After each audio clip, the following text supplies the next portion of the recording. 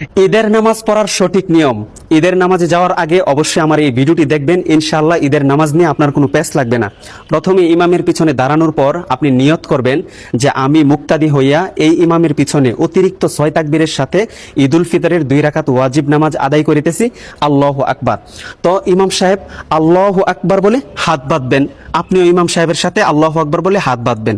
তারপর ইমাম সানা পড়বেন, সানা পড়ার পর অতিরিক্ত 3টা তাকবীর দিবেন, আল্লাহু আকবার বলবেন, হাত ছেড়ে দিবেন। দ্বিতীয় তাকবীর আল্লাহু আকবার বলবেন, হাত ছেড়ে দিবেন। তৃতীয় তাকবীরের মাথায় আল্লাহু আকবার বলে হাত বেঁধে নেবেন। তারপরে ইমাম সাহেব সূরা ফাতিহা এবং অন্য আরো একটি সূরা মিলিয়ে রুকু সিজদা কমপ্লিট করে দ্বিতীয় রাকাতের জন্য দাঁড়াবেন। দ্বিতীয় রাকাতে দাঁড়ানোর পর ইমাম সাহেব প্রথমে সূরা ফাতিহা এবং অন্য আরো একটি সূরা মিলাবেন। সূরা মিলানোর পর রুকুতে যাওয়ার পূর্বে অতিরিক্ত আরো 3টা তাকবীর দিবেন। আল্লাহু আকবার বলবেন, হাত ছেড়ে দিবেন। দ্বিতীয় তাকবীর আল্লাহু আকবার বলবেন, ইমাম সাহেব হাত ছেড়ে দিবেন। তৃতীয় তাকবীর আল্লাহু আকবার বলবেন, হাত ছেড়ে দিবেন। চতুর্থ তাকবীরের মাথায় ইমাম সাহেব আল্লাহু আকবার বলে ডাইরেক্ট রুকুতে চলে যাবেন।